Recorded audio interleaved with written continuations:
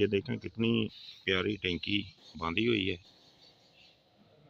मालिक को किसी ने वर्गला दिया है, बोल रहा है कि ये सरिया खोलो और ईंटों वाली बनाओ।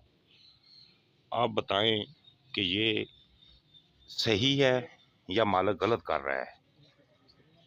ये मेरे लिए मेरा नुकसान भी हो चुका है।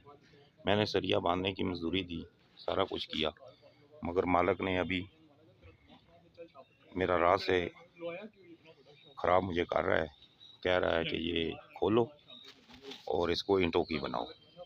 ये बताएं, ईंटों वाली ज़्यादा मजबूत होती है या ये वाली ज़्यादा मजबूत होती है? बोलता है इस पर ख़र्चा बहुत ज़्यादा है। इन चीज़ों पर ख़र्चा करना चाहिए या नहीं करना चाहिए? क्योंकि इसमें हर वक्त पानी रहता है। पानी वाली जगह को मजबूत होना चाहिए या नहीं होना चाहिए?